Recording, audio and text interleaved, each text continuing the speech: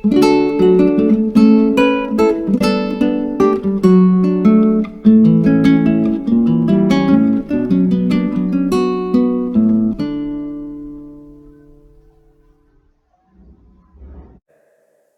ini alam barzah itu alam awal akhirat. Nanti ada alam, makanya dalam Al-Quran kan banyak ya. Wal akhiratu khairu wa abqa. Hari akhirat itu adalah lebih baik dan lebih kekal. Kekal selamanya. Kan kita sudah mengalami masa alam itu, alam ruh kita nggak hafal ya, lupa lagi alam ruh. Yang kedua alam janin dalam kandungan, dalam perut ibu. Itu alam janin, alam kandungan. Itu adanya masanya ada 8 bulan, 9 bulan ya, 7 bulan, ada yang 12 bulan, bahkan dalam hadis Nabi itu dari Siti Aisyah, masa kandungan itu adalah sampai 2 tahun. Ya. Jadi mungkin secara ilmu medis kalau orang hamil perempuan lebih pada 9 bulan, 10 bulan harus disesar ya Pak ya? Begitu ya? Iya. Padahal kita lihat dalam kitab-kitab banyak, misalnya ada itu seorang ulama yang pintar itu. Beliau dikandung oleh ibunya 4 tahun. Ketika lahir sudah punya gigi 2 dan pandai ketawa katanya. Tua di dalam kayaknya. Ya. Saya pernah ada tetangga udah 11 bulan. Tapi dia tidak ada tanda-tanda melahirkan. Saya bilang biarin aja. Gak usah, nanti juga akan lahir. Betul, udah ke-12 dia melahirkan. Bahkan kakak saya, kata ibu saya, dilahirkan pada usia 12 bulan. Dikandung 12 bulan. Luar biasa ya orang dulu ya, karena dulu kan belum ada alat-alat periksa ya. Sekarang kan berbeda. Nah ini alam janin. Nanti ada kita pada alam akhirat yang alam dunia, alam dunia jadi alam ruh, alam janin, alam dunia. Ini yang kita sedang hadapi, lakukan ya. Nah alam dunia ini terbatas. Nanti kalau udah ada alam kubur, alam barzah. Nah ada alam barzah, nanti ada alam masyar. Alam masyar itu berkumpulnya manusia dari sejak Nabi Adam sampai hari kiamat. Kumpul tuh alam masyar. Di alam masyar itulah seseorang semua akan mempertanggungjawabkan amal-amalnya. Makanya ada alam masyar, nanti alam masyar, ada alam hisab, alam perhitungan. Ya, dihitung. Ada alam mizan, ditimbang amal baik. Nanti ada alam sirat, nyebrang. Ya, jembatan bahasa itunya ya, siratal mustaqim makanya. Itu kan sirat itu lewat ke surga. Ya. Nah, baru nanti itulah nanti orang akan kekal. Mungkin kekal di surga, mungkin kekal di neraka. Bagi orang yang beriman pada Allah pasti masuk surga, insya Allah Pak. Hanya proses. Surga itu kan tempat suci, tempat bersih. Kayak sekarang baju, bapak kalau kotor ditaruh di mana Pak?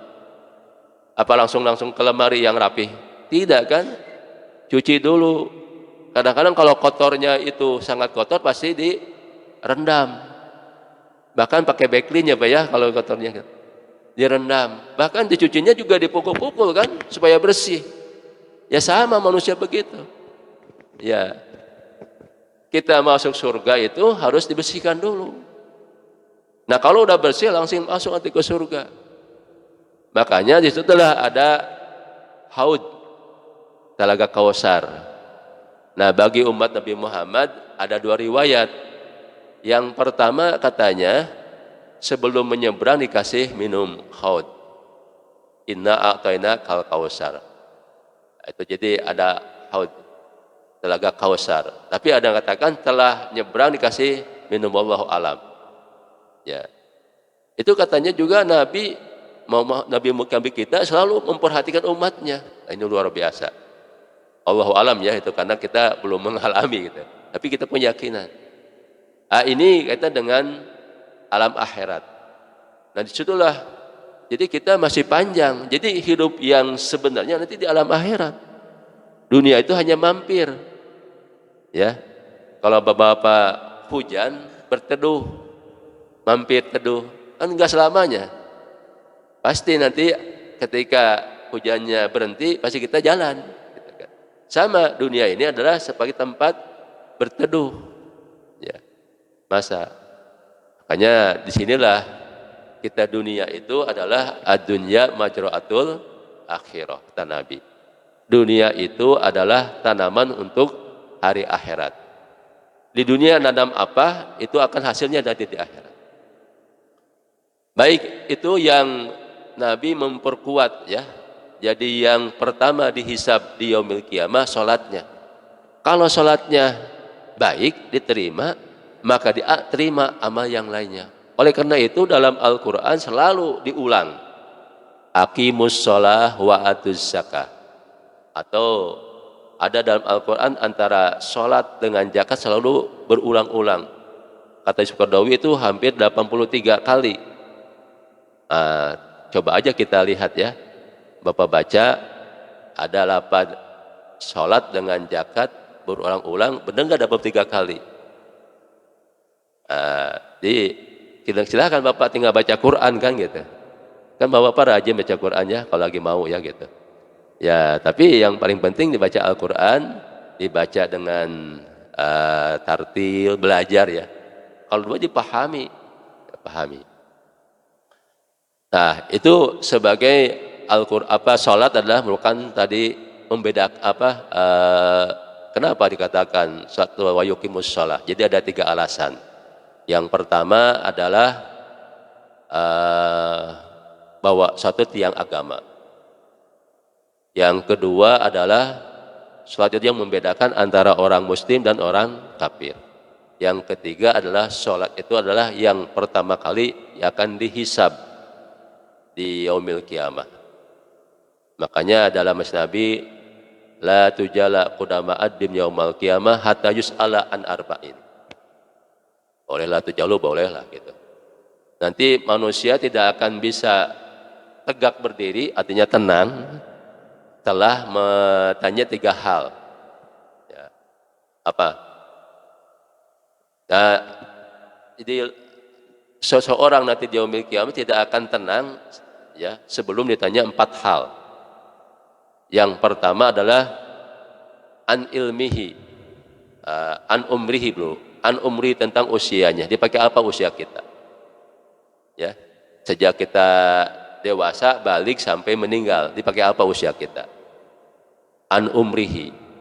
Yang kedua adalah an jasmihi, jasad kita, badan kita, sejak kita segar bugar sampai keropos. Sampai kan manusia dari awalnya lemah menjadi lemah lagi kan? Ketika bayi lemah ya, udah tua lemah lagi enggak? Lemah. Ya. Bapak kalau mengingat masa yang lalu berbeda dengan sekarang. Saya lah gitu. Saya kan baru usia sekarang 56. Ya. Ketika usia 25 kan berbeda. Sekarang beda lagi pada usia gitu. Asalnya lemah, kuat, lemah lagi. Ya. Nah, ini anjasmi bima ablahu. Jadi ketika jiwa raga kita sampai kita keropos, rusak gitu kan, lemah. Ya, ada juga katakan an sababihi ya. Ketika muda sampai tua ditanya itu. Tapi yang terakhir adalah an malihi min aina iktisabahu wa bima anfaqahu. Tanya dalam itu adalah masalah hartanya. Min aina, kalau harta ditanya ada 2 aspek. Pertama, min aina iktisabahu, dari mana proses mendapatkannya. Oh, ini pertanyaannya. Wa bima anfaqahu, dan bagaimana proses penggunaannya. Makanya nanti kayak kita nanti di akhirat itu orang kaya akan lama dihisabnya, diperiksanya. Orang miskin lancar. Ya. Bapak kalau naik pesawat bawa bawaan beda dengan tidak ada bawa apa-apa. Lancar langsung periksa langsung lewat itu kan. Tapi kalau bawa barang-barang banyak lebih lama diperiksanya. Sama nanti di akhirat juga begitu. Ya. Jadi kalau hartanya banyak, nanti ditanya, min aina iktisabahu, bagaimana proses mendapatkannya? Ya, banyak dalam Al-Qur'an kita diperintahkan untuk mencari yang halal. Ya. Nah, kemudian wafima ampaqahu, dan juga boleh menggunakan. Baik. Kemudian kita pahami tadi adalah sholat ya. Kenapa dalam aqimus sholat? Nah kemudian juga sholat itu ada dua bagian. Yang pertama sholat diterima, sholat yang ditolak. Ya, ibadah sholat itu yang diterima. Makanya kalau orang mau pergi haji suka minta doa, minta supaya hajinya mabrur, gitu kan Pak ya? Kalau sholat udah minta doa enggak supaya mabrur? Belum ya? Harusnya sama. Sholat itu harus mabrur, makbul. Makbul nanti ujungnya mabrur.